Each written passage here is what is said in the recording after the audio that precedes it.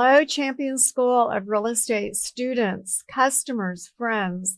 I'm Rita Santamaria. I'm the founder of Champion School of Real Estate, and we love at Champions to have our own champions in my studio to interview on topics that have to do with real estate, loan officer, appraiser, inspection, the 4 disciplines that we offer at Champion School of Real Estate. And within those disciplines, we have commercial, farm and ranch, as well as brokerage. And it is so much fun to be able to give you these wonderful people that are so educated, so experienced, to bring to you their words of wisdom and how they got to where they are today. That being said, I have Chris Cerda with Christopher Properties, and his office is at the Hobby Airport area. Welcome, Chris. Thank Good you. to see you. Thank you for having me. He's also one of our instructors whenever we can get him. He's a fine, excellent instructor. But today I'm going to be talking with Chris on why he started his own brokerage, how he did it.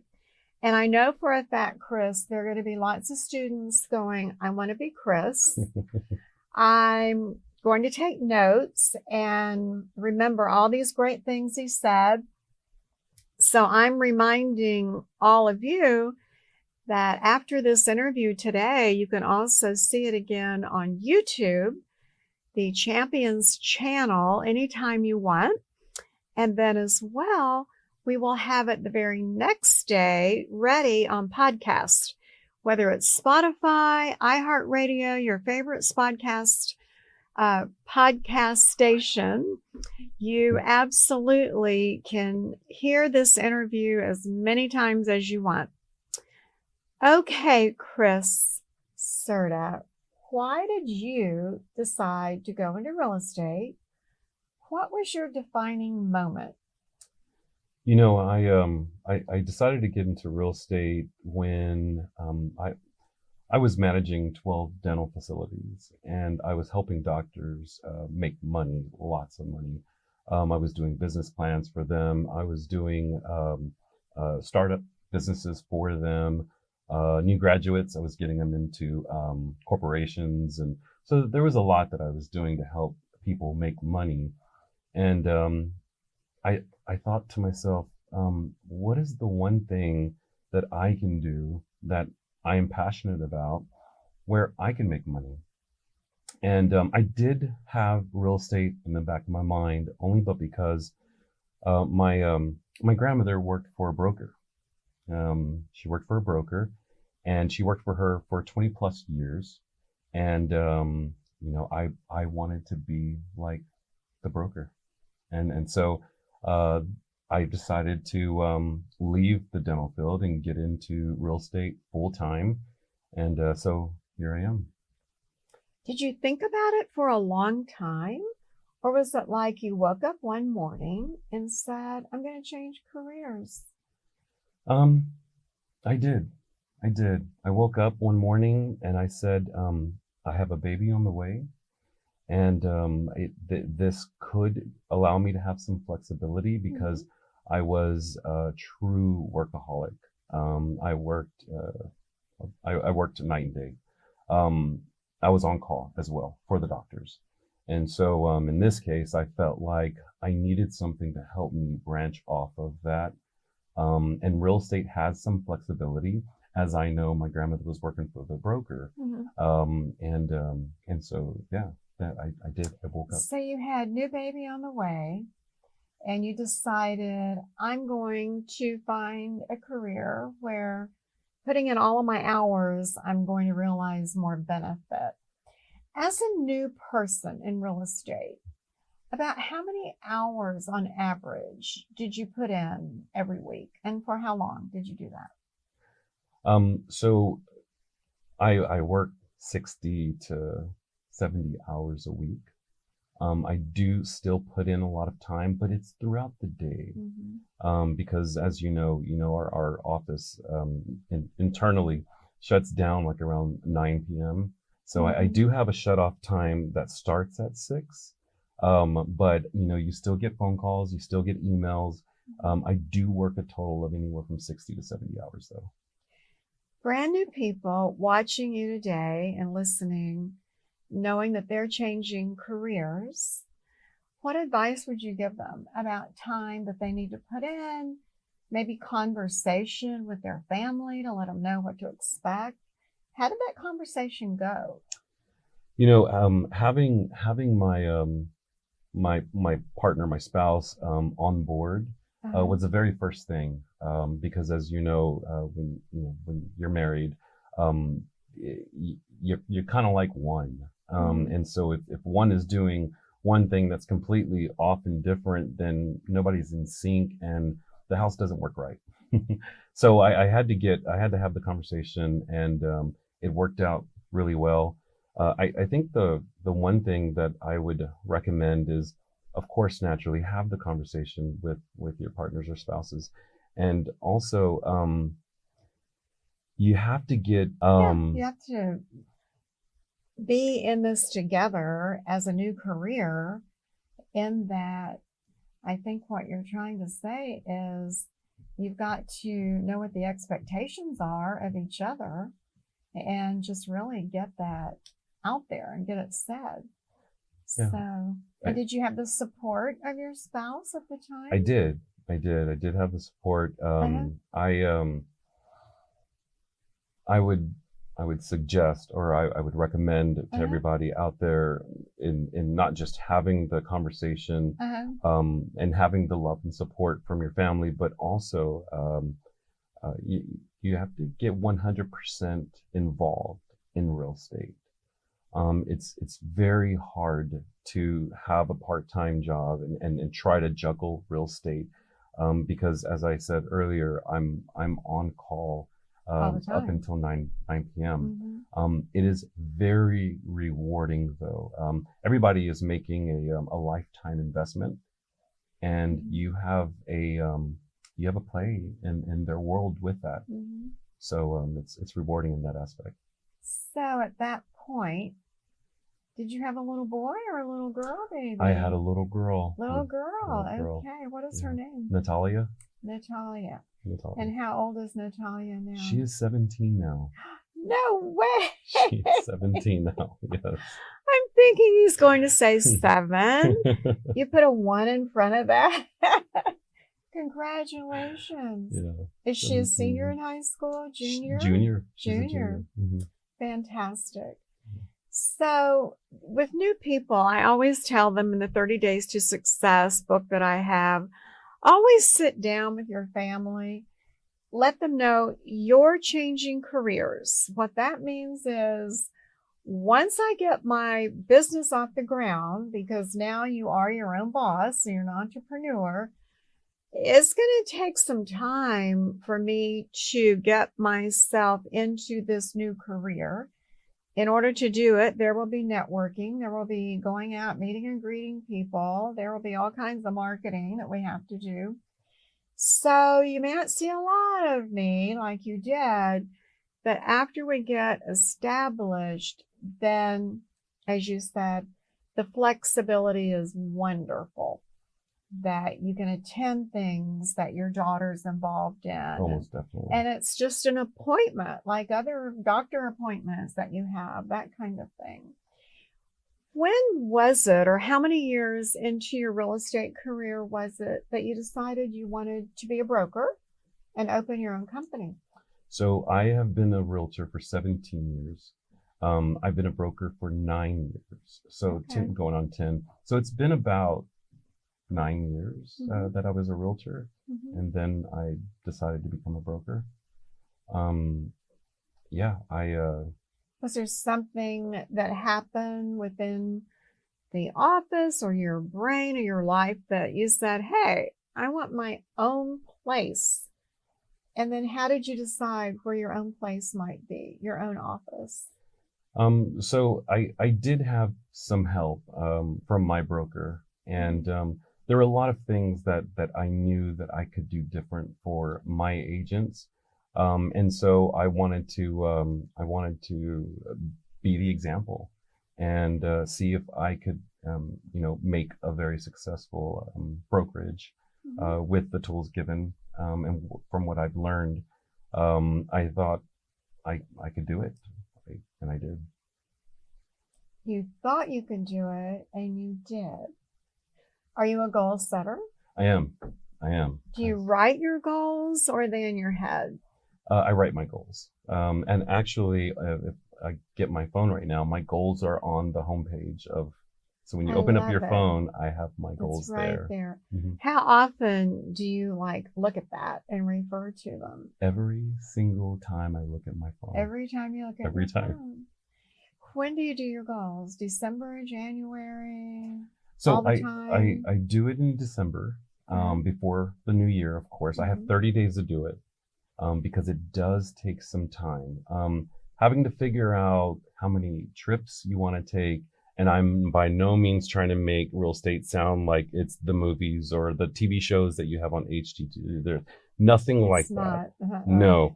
But to carve out, if we're balancing time for family, time for yourself, time for making money, because real estate, you can make as much as you want. And that's what motivates so many people. Mm-hmm. And that's what our YouTubes do, is I can say all day long, you can make as much money as you want. You can have flexibility. You get to be your own boss. But when our wonderful customers see these YouTube videos of our students just like them that changed a career or got let go from their job, and they're starting over, and they see and hear, oh, well, if he can do that, maybe I can do that. And you can do that. So then you opened your own brokerage. How scary was that? And did you do it in your home, shopping center, brick and mortar, single? How did you decide where to locate? So I initially wanted to go back to where I went to school at, where I have a lot of people that I know. Smart. That is in the Hobby Airport, Hobby Airport area. Right. And so, yeah, it's a brick and mortar. I got the chance to be next to a lawyer, and I thought that maybe we could both help each other out, and it's worked out great. Any questions that I have, I go next door, vice versa for real estate. But yeah, that was my initial thought process. And now if I could redo it, I would definitely work within my subdivision and then branch out, because now I'm having to travel, and a lot of those people that used to live there no longer live there. They're not there anymore. And so I am traveling everywhere around Houston. Talked to a gentleman from Beaumont not too long ago, and his story was a little different. He got tired of working at a paper mill plant as an executive, just walked out the door, and then decided, gee, if I'm going to do this, I'm just going to leave Beaumont and go up near Longview, up near the eastern side of Texas. And I'm going to just start out there. And he said he drives like 300 and some miles every day, showing property wherever he needs to go. Wow. And you're similar. Your friends have moved to Conroe. Your friends have moved to Galveston, all over. McAllen. Yeah. So you took a trip to McAllen. I did. I took a trip to McAllen. List a property or to help the buyer? Someone buy a property. Okay.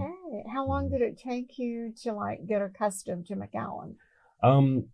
So I had been traveling back and forth to McAllen and also South Padre Island for fun. But I do stay there for the weekend, a little bit more than the weekend.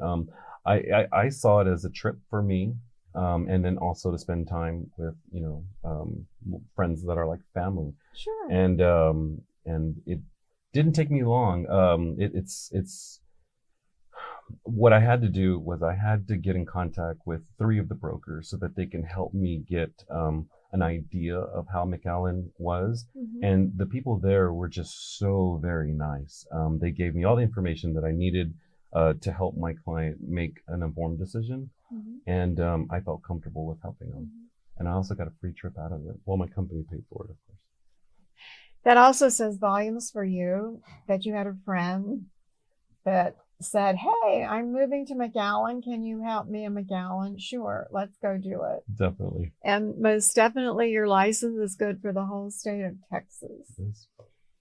You have your office, Hobby Airport. Do you have any plans for expansion? And what would those plans be? Or are you happy just where you are growing from one central location?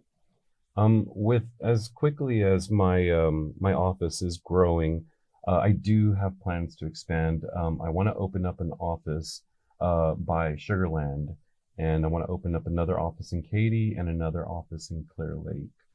I get to say this out loud in front of all of you so that I can hold myself accountable. This is an accountability deal for me. It works. Accountability Yeah. works. So this year, one office. Next year, two offices. I promised my agents as well. I totally know you'll do it.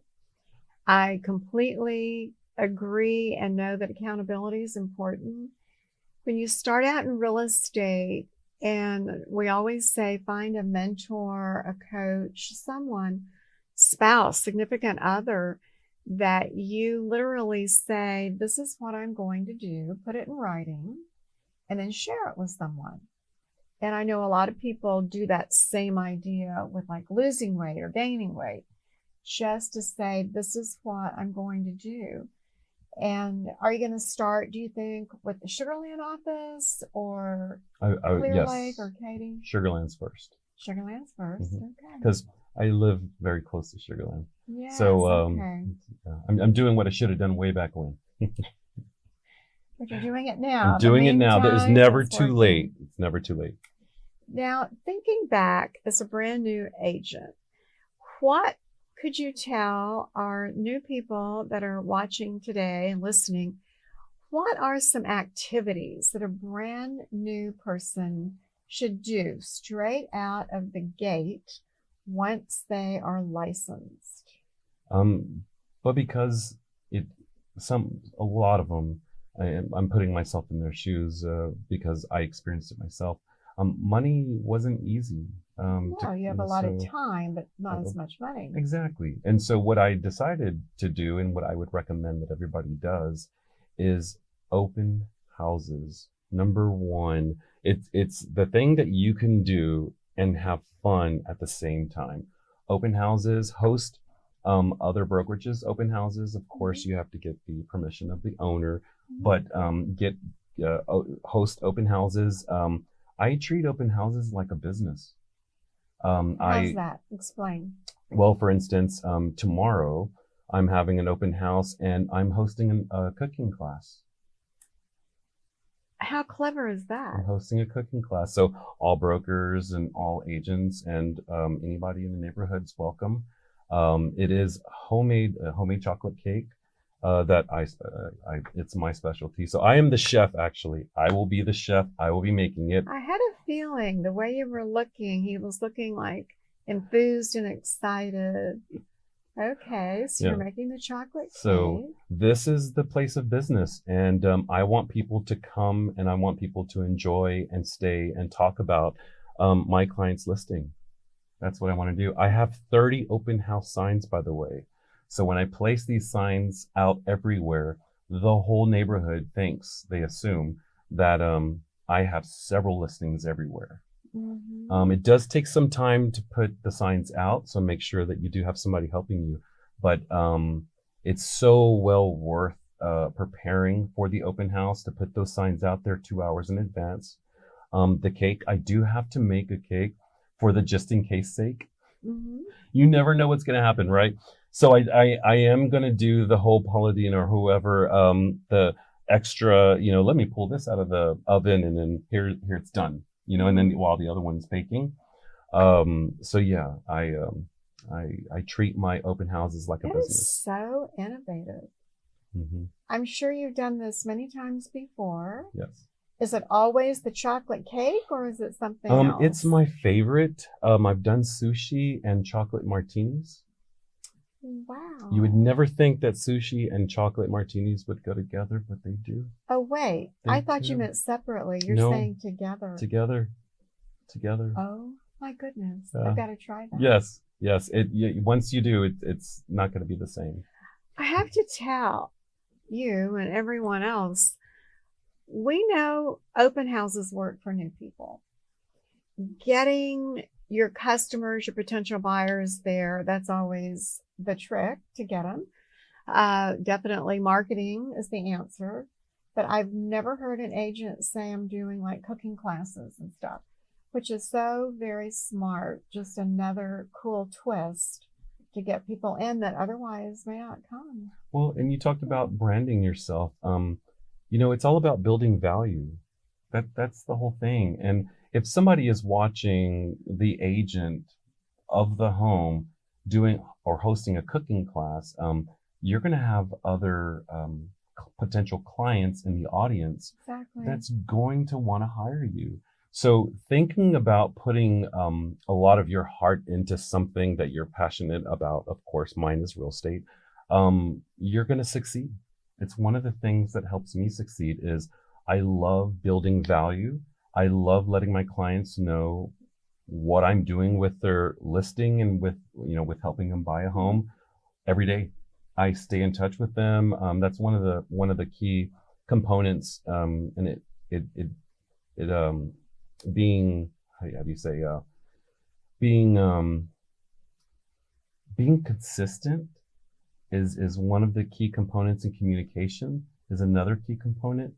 I think first it's communication. Second, it's consistency. So all these people need to see Chris's name pretty regularly. Right. And certainly the open house, you get to meet and greet people. They get to know a little bit of your personality. Oh, he's believable. Yes, he's doing this fun thing to get people into my neighbor's house to buy. I bet he'll do the same for me. Right. And then in between, you're keeping up with those potential new clients. What else might come to mind for new people in order to get themselves going into real estate? The other one thing that I would recommend is letting your family and your friends know, and not being afraid to let them know, not being worried that they might not hire you, afraid of rejection. We face that constantly. Fear is something that will bring your business down. And that's why it's good to have a good coach, a good mentor. I feel genuinely that you should be able to go to your broker and you should be able to ask your broker personally questions that are bothering you, or think of ways, solutions to help the agent succeed in whatever it is that they're trying to do or accomplish. Did you use a mentor or a coach when you were a new agent? So unfortunately I purchased coaching, and it was fairly expensive. Mm-hmm. I wished that I would have I would have subscribed to your podcast, because like I've told you before in the classrooms and with the students as well, is there's so many ideas out there that will fit someone if they just look at the videos. There's gonna be something somewhere that's going to get somebody inspired, because it's who they are.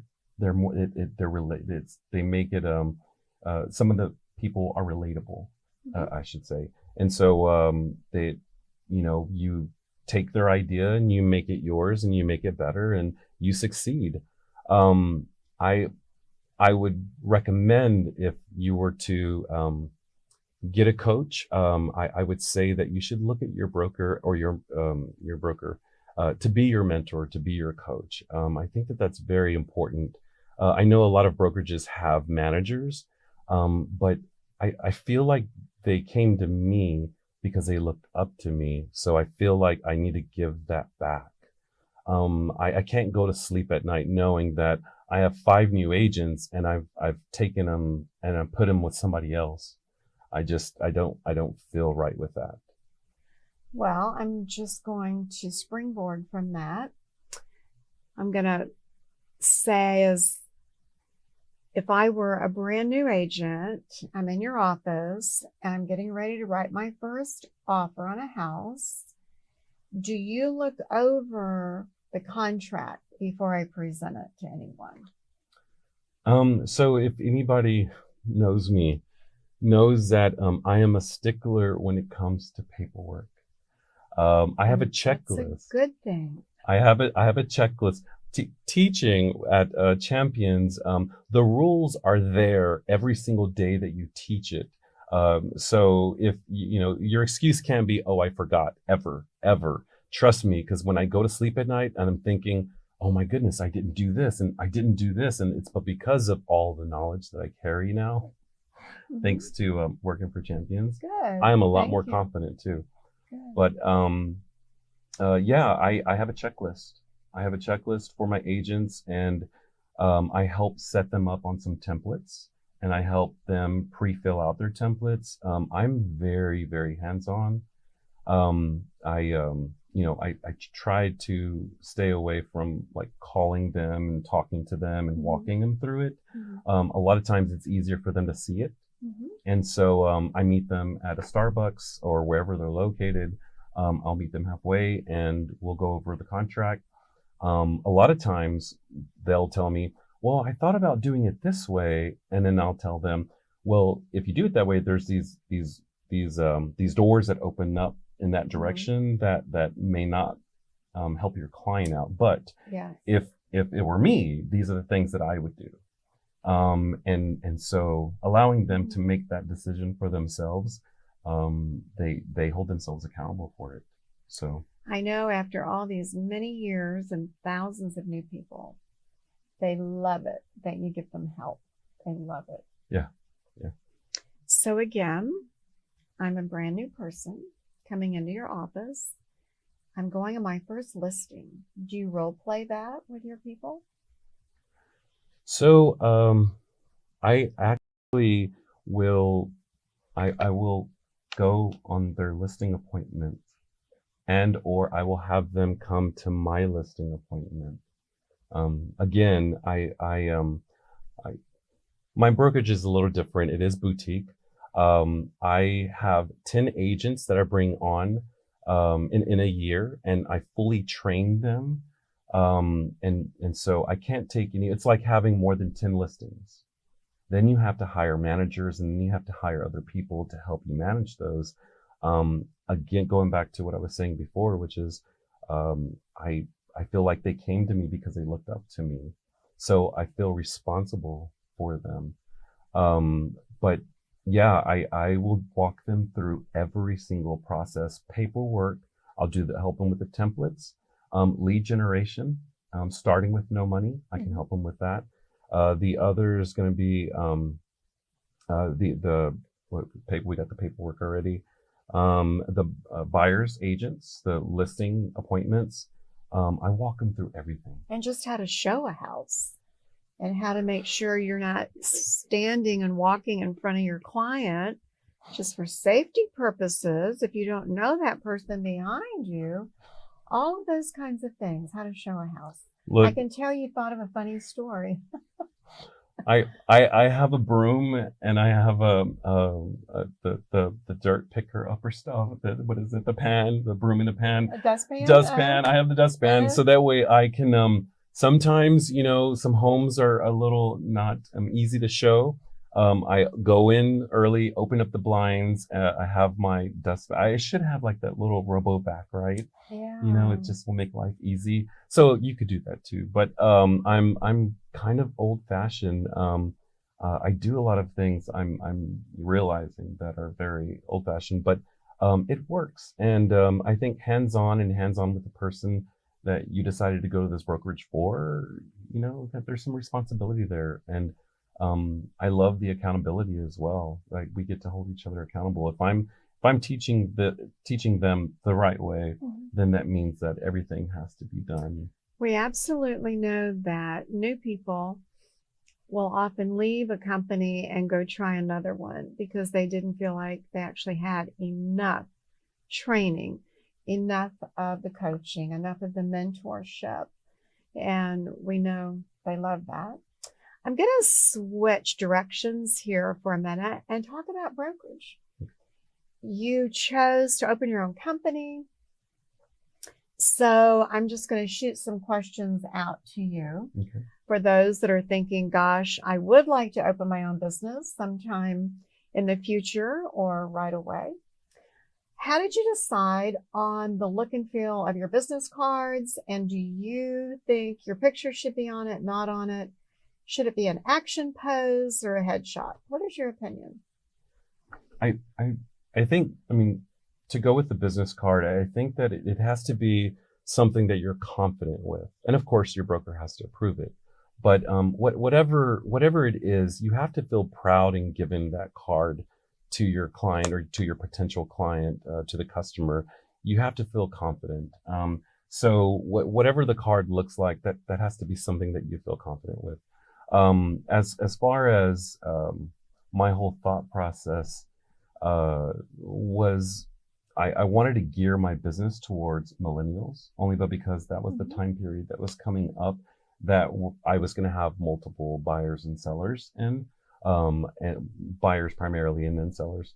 But right now it's baby boomers, because they're downsizing. Baby boomers are downsizing. So, but that's going to flip back. But I did think about what millennials are into. So I did a hexagon shape for my logo, and it's very simple. And so that's pretty much, And colors. How did you decide on your company colors? Red. So I was told red was the chosen color for real estate. Action color, power color. That's Definitely. what I was told. Champion School of Real Estate. That's red, right. white, and blue. That's right. That's right. And then as far as you made an accountability promise that this year you're going to expand, how or why did you decide on Sugar Land, and how did that come about? So I live very close to Sugar Land. Sugar Land is really big. I live actually in Missouri City, is where I reside. But I would have a lot more business if I would have a storefront in Sugar Land. I know a lot of people in Sugar Land. My daughter went to school in Sugar Land. So I know a lot of the parents. I know a lot of the teachers. I know a lot of people there. And it's not that far away from where I live. So convenience, but also you've already established yourself, your name, your trust. Yes. For people in that area. Okay, so then I know you're a boutique company, and there are many people when they decide to open their own business, they're thinking, do I want a few good agents? Do I want a ton of agents, knowing that some may fall out, not stay in the business? How did you decide how many agents you wanted in your company? I've learned in my past that it should be about quality and not quantity. It's been something that a lot of people, a lot of brokerages have to learn the hard way sometimes. In my case, since it's taken me so long to feel confident to start taking on agents, I know that I really want to train these agents very well. And I want to give them the quality so that they can give their clients quality work too as well. Okay, so now I am talking to this potential agent for my office, and I'm starting to grow my office. And the potential agent says to me, or rather you, the broker, should I farm my neighborhood? I don't like my neighborhood too much. I'd rather be living over in this neighborhood. So, Chris, should I farm the other neighborhood I really like, or should I farm my own neighborhood that I'm not crazy about? What would your advice be? Yeah, I'm definitely going to say it really is and truly whatever it is that you're comfortable with. I would say from my own personal experience, the closer I am to home, the better.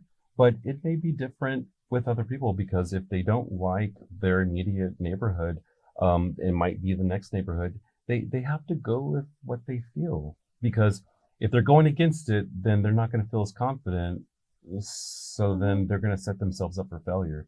I always say, just go with your feeling. Like whenever I'm showing buyers homes, I do tell them, I pre-warn them, and I tell them, it's not until you walk into a home and you have that feeling, that gasp of air feeling that this is the home for you. That's when you know that this is the home for you. And also the secondary thing is you're willing to do whatever it takes to get into this home. So I would say the same thing for agents. If you're not going to be demonstrating both verbally and with body language that you're really sold on this neighborhood, it's going to come across that way. Right. So don't invest yourself there. Okay. Again, new agent interviewing with you, my potential new broker. And I ask you, Chris, how many homes can I effectively farm in a neighborhood? What answer would you give?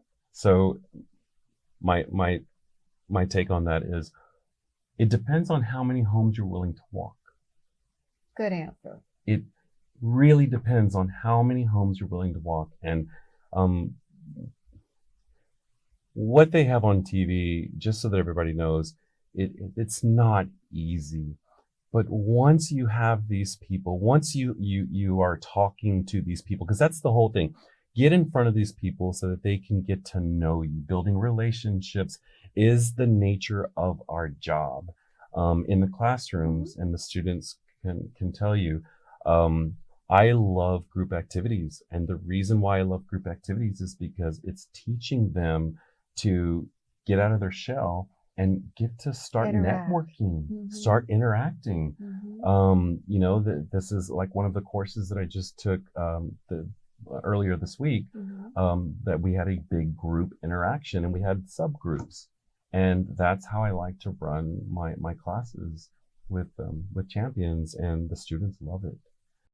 It's how much can you actually realistically work with as far as the number of people in your neighborhood. Right. And can you effectively walk 1,000 homes? No. Can you effectively walk 25? Yeah.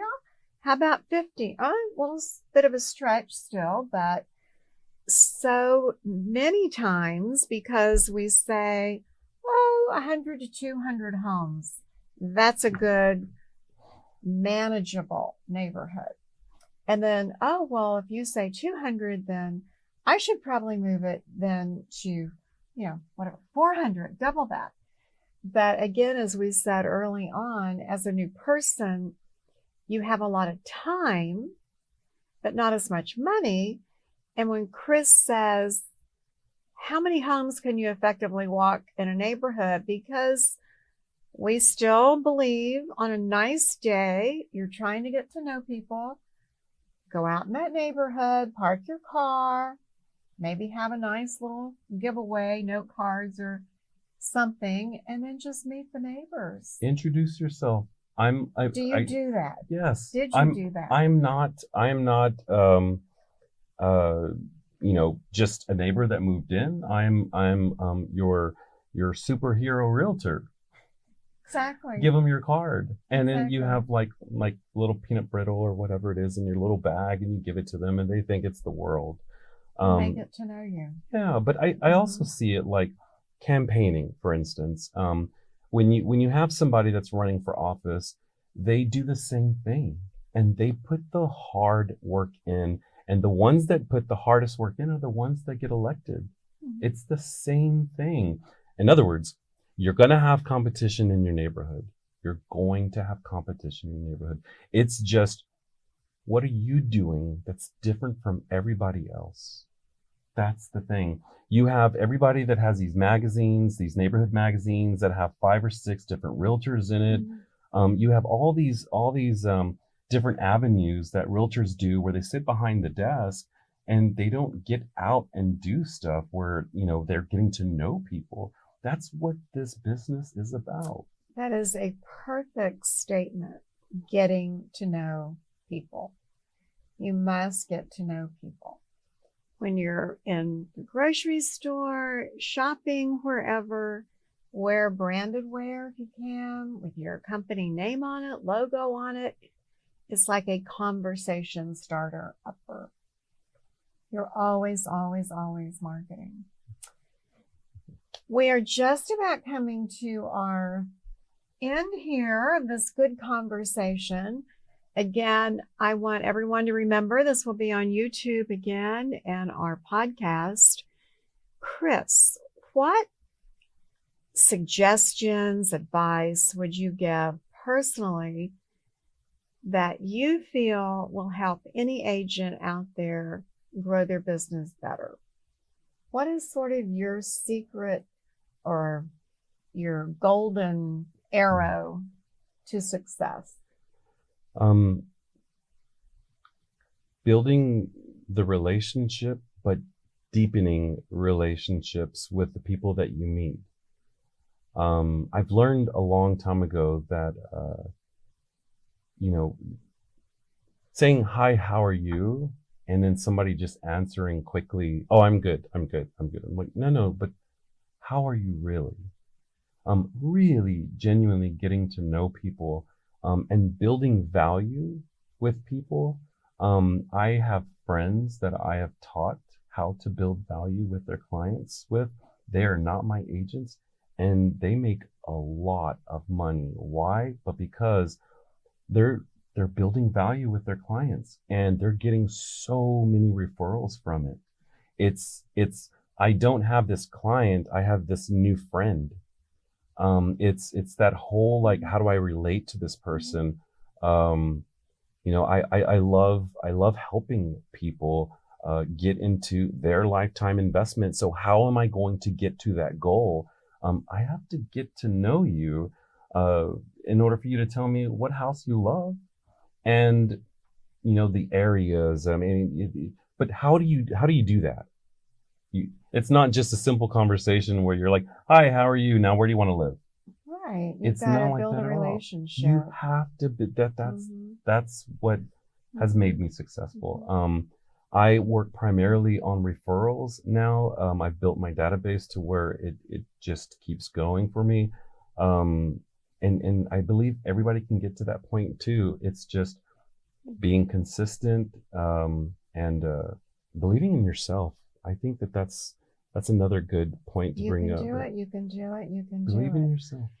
Those that are listening on the podcast, you didn't have the benefit of seeing how, when I asked that question, Chris was really thinking of an honest, truthful answer. It wasn't shooting from the hip, oh, blah, blah, blah.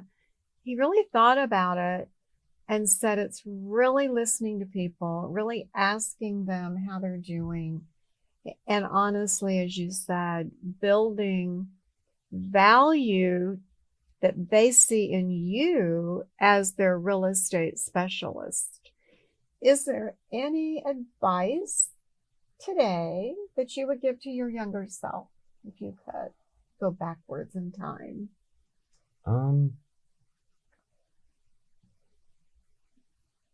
Don't take life don't take life too seriously. I am, in some aspects, I do deal with OCD, and a lot of that, everything has to be perfect kind of mentality. I wish that I would have put all that away and just had fun with what I was doing. And then things probably wouldn't have been as stressful. Okay. Just have more fun and don't take everything so seriously. Don't take everything so seriously.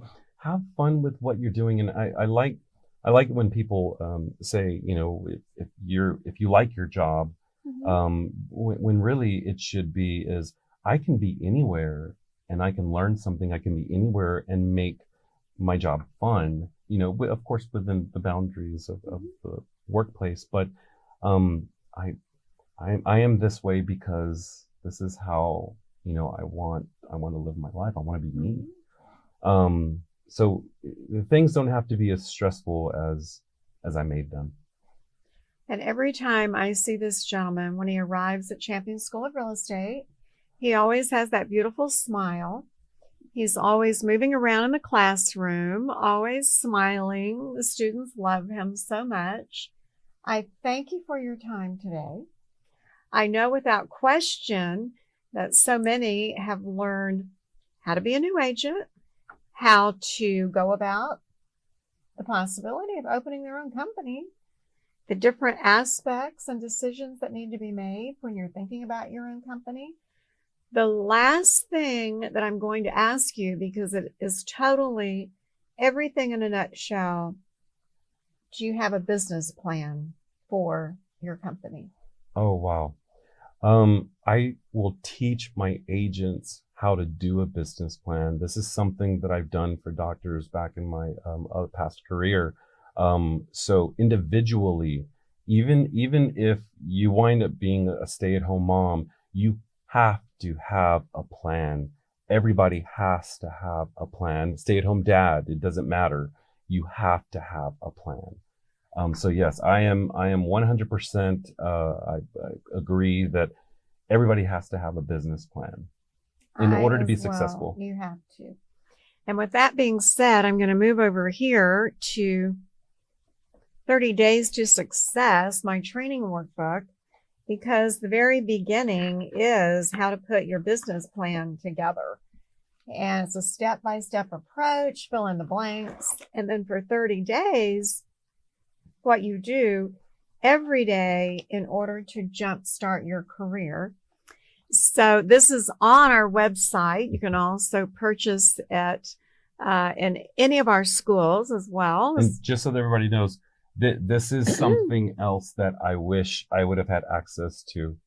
You have no idea how all of this can make a huge difference in your life. It truly can. I wish I had it as a new agent years ago. Like my manager said, watch and follow the top producers. I'm like, okay. I'm sure they love that. Right. And then I want to have Chris in our new 3rd volume. And these are many of our superstars that I've interviewed, successful tendencies of real estate champions. And we take everything that these fine, wonderful, successful people have done. We put it into a book form.